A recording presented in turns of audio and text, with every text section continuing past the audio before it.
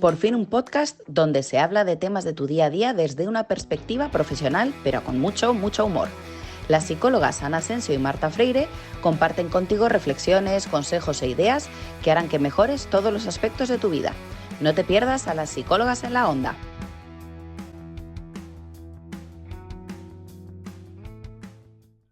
Muy buenas, ¿cómo estáis? Bienvenidos, bienvenidas un día más a Psicólogas en la Onda, nuestro podcast de psicología para tu día a día, hablando pues de esos temas y esas cosas que a todos nos pasan, nos preocupan y temas que nos habéis ido diciendo que os interesan. Hoy sobre todo vamos a empezar ese ciclo de preguntas también que nos habéis hecho para hablar de un tema interesantísimo. ¿Y estamos con qué vamos a estar? Pues con nuestra psicóloga de referencia, Marta Freire, y Ana Asensio. Así que comenzamos. Bueno, Marta, ¿qué tal? Bueno, bienvenidos a todas y todas en el coche, en la ducha, corriendo, donde os escucháis. Ana, ¿qué onda me traes hoy? Bueno, hoy tengo que decir, como decíamos, no me gusta la palabra resaca, porque resaca es como que te encuentras mal. Quizás vengo más de agradecimiento, de satisfacción personal, que hoy lo venía reflexionando. Digo, hay que ver cómo es la vida, y no quiero comer mucho, pero luego esto a la gente le gusta, estos chascarrillos de vida personal. ¿Cómo es la vida? Que cuando hace 20 años, cuando tenía 25 años, necesitaba sentir que valía, que demostrar reconocimiento, ¿no? Me gustaba muchísimo el poder estar en, pues yo qué sé, en ponencias, en lugares, lo valoraba muchísimo, no es que ahora no lo valore. Y de repente en los últimos 5 años, anteriormente también, pero sobre todo en los últimos 5 años, sobre todo con mis redes sociales, la revolución ha sido tal que no me paraba, bueno, sí me paro a pensar, y quiero decirlo.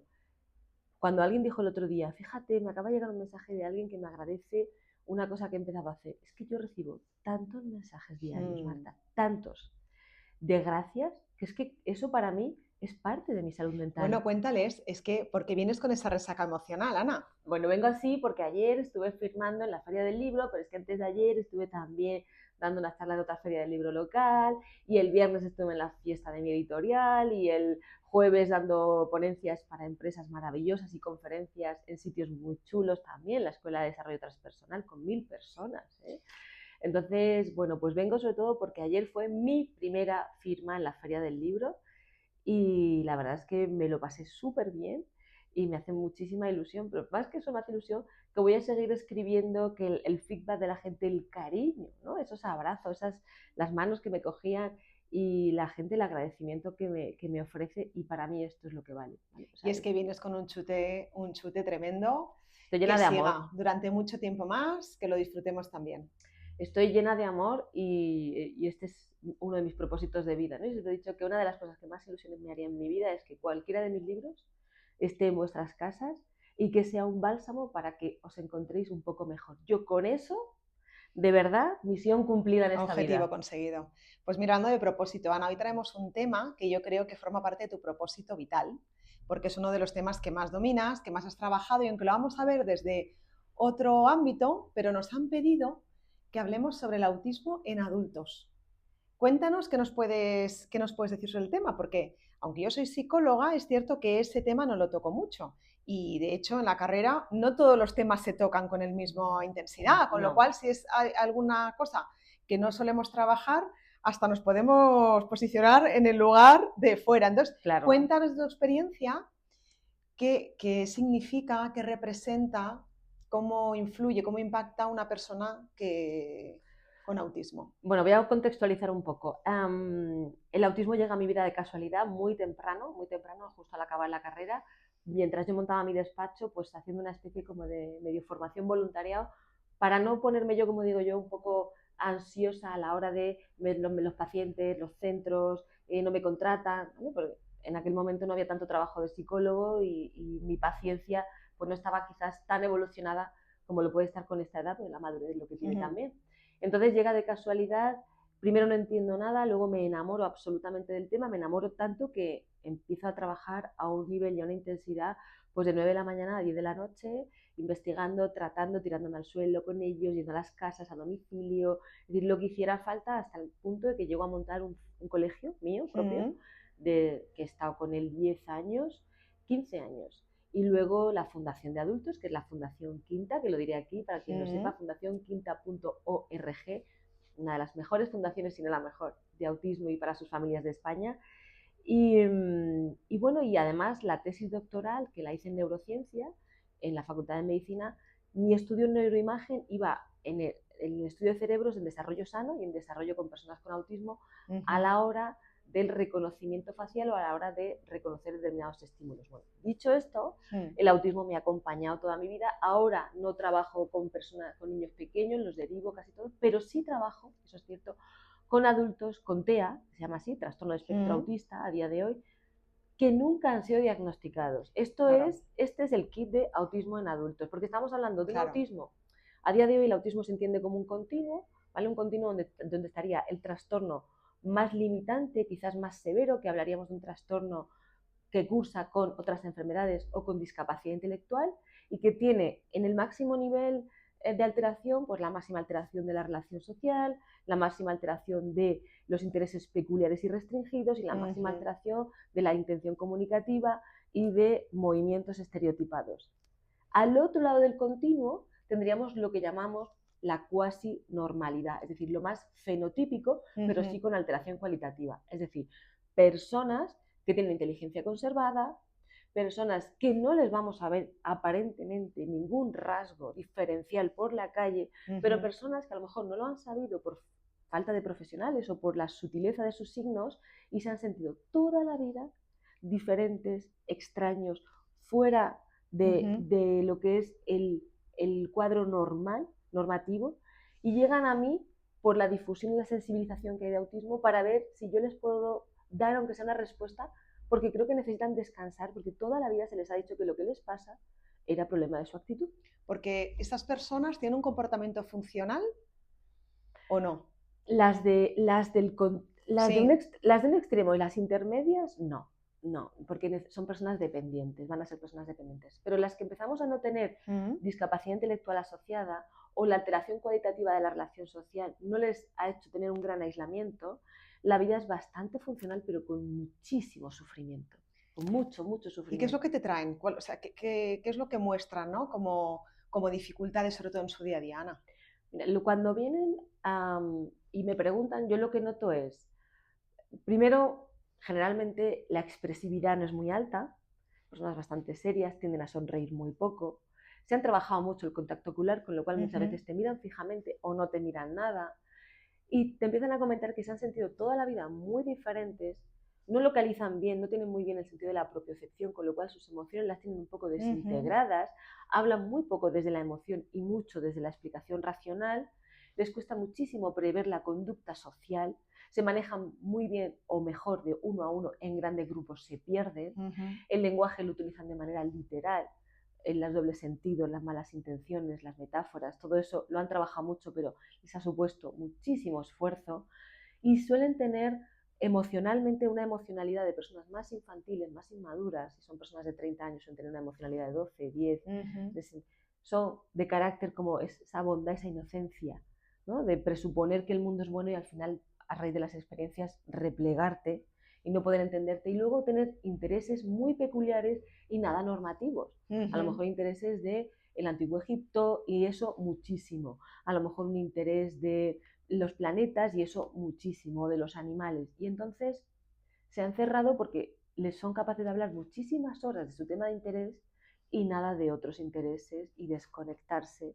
Y tampoco darse cuenta cuando están aburriendo, cuando están siendo imprudentes o cuando están contando algo. Es decir, es como si no entendieran muy bien el funcionamiento de este mundo. Yo a veces digo, creo que es un salto genético en este caso, porque para mí tienen una conducta muy social, es decir, ellos entienden las cosas de la vida a nivel racional mucho mejor que el comportamiento normativo, que somos muy paradójicos, que decimos me cae mal alguien y luego te relacionas bien, que tenemos un componente de falsedad. Cuando dices más literales también ese sentido, ¿no? Porque al final hay mucho más pensamiento racional, lógico, ¿no? Hombre. Con lo cual ahí, como no hay tanta emoción, pues hay menos incertidumbre, ¿no? Es más bien lo que hay, si es negro es negro, gris es gris, ¿no? Decía Baron Cohen que el cerebro de la persona con autismo sería el extremo del cerebro masculino, entendiendo el cerebro masculino con las características de masculinidad, analítico, totalmente con física intuitiva, no o sea, con una lógica más intuitiva, no con un componente social intuitivo, más en los detalles, con una memoria visual, pues son aprendices visuales,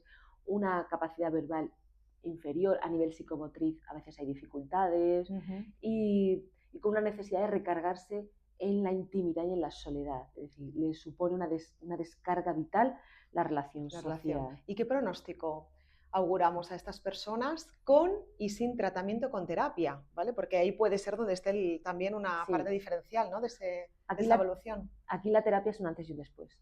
La terapia en estos casos, aparte de ser un acompañamiento vital, para que ellos se conozcan, sepan dónde están sus signos, sus pequeñas limitaciones o grandes limitaciones, que se acepten también, que aprendan a ver. Sí, porque aquí hay una diferencia. Hay personas que sí que quieren relacionarse, pero con gran torpeza, y otras que directamente no necesitan la relación social, pero saben que para vivir hay que tener relación social, para trabajar, para otro tipo de cosas.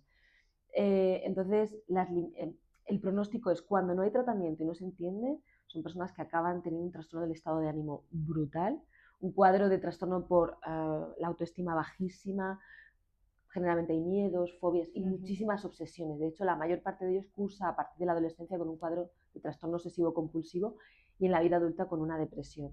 Cuando hay un tratamiento, tienen tantísima capacidad de resiliencia por la cantidad de sufrimiento que han vivido y todo lo que han superado, que todo esto es secundario. Casi ninguno cursa con un cuadro obsesivo porque, perdonad, casi ninguno cursa con un cuadro obsesivo porque se han trabajado esos esquemas de pensamiento y ese control de pensamiento, esa reestructuración y la salida al mundo. Ese cuadro obsesivo es por la cantidad de energía que meten hacia adentro, por no haber relación, por presuponer, por estar mucho en su mundo propio. Y luego casi ninguno cursa con trastorno por depresión porque se sienten acompañados. Ellos con muy poco ya se sienten queridos. ¿Y qué porcentaje has visto más, en hombres o en mujeres? En hombres, sin duda, primero porque creemos que hay algo que está asociado al gen, al cromosoma X, porque es más tendente a parecerse a un cerebro de tipo masculino. Entonces la proporción a día de hoy sigue siendo 5:1, pero yo no creo que sea tan elevada, a lo mejor es un 3:1, porque las mujeres también, cuando son de, como digo yo, de alta afectación, son de mayor afectación, pero cuando son de menor afectación, por la capacidad que tiene el cerebro femenino de compensar habilidades y tener un poquito más de empatía, lo disimulan más y a veces parecen más personas con miedos o con un trastorno de hipersensibilidad. Vale. Porque tienen mucha alteración sensorial. Claro, igual no acuden a terapia, ¿no? O acuden como un trauma, efectivamente, o acuden como un trauma, o acuden como una depresión, o años después te dicen, es que yo creía que tenía un trauma por haber sido adoptada, o yo creía que tenía un trauma porque de repente sonó un ruido enorme y desde entonces me traumaticé, o es que yo creía que tenía un trauma porque me dio aquí un ataque de ansiedad, cuando el origen está siendo otro.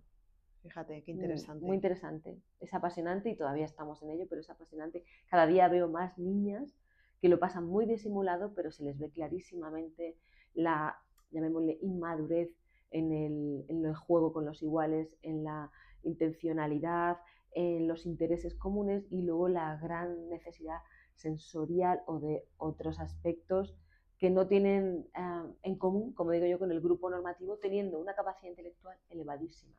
Y aparte de acudir a terapia, que por supuesto hay que identificar primero que algo me está ocurriendo, porque si no es difícil que pueda recibir ayuda, pero más allá de eso, en su día a día, ¿qué puedes recomendar a estas personas que a lo mejor nos están escuchando y están identificando a lo mejor a alguien que conocen o ellos mismos, ¿no? Y dicen, oye, pues pudiera ser que esto me estuviera ocurriendo a mí? ¿Qué les podríamos aconsejar? Pues es precioso porque yo le llamo decálogo, pero no es un decálogo, son 30 puntos de qué me pediría una persona con autismo.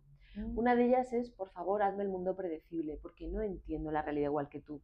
Y tampoco me atribuyas intenciones porque yo no tengo mala intención. Eso nace de otro lugar. Hazme el mundo más tranquilo, más predecible y con menos ruido, que así me irá mejor. Y sobre todo, acéptame y quiéreme como soy, porque yo ya también te acepto a ti, intento adaptarme todo lo que pueda a tu mundo. Fíjate qué bonito. Oye, pues más útil, imposible, emotivo también, racional, un poco de todo. Gracias, Ana, por aportar todo esto que sabes y esperemos que os haya sido de gran interés.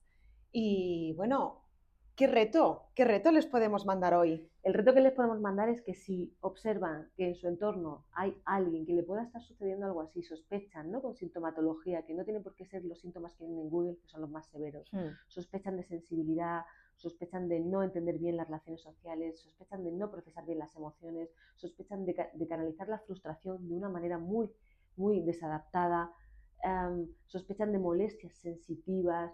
Si sospecháis, por favor, intentad ayudar a esa persona a que acuda a un diagnóstico diferencial, porque le puede cambiar la vida, como se le han cambiado a alumnos míos, a compañeros de clase, fíjate, de la universidad, que les han pagado el diagnóstico para poder darles una oportunidad diferente de vida a esas personas. Y es que no hay nada que no identifiquemos previamente que luego podamos gestionar. Así está. Así que así es. aquí os lanzamos este reto con muchísimo cariño y nos vemos en el siguiente capítulo de Psicólogas en la Onda. Adiós.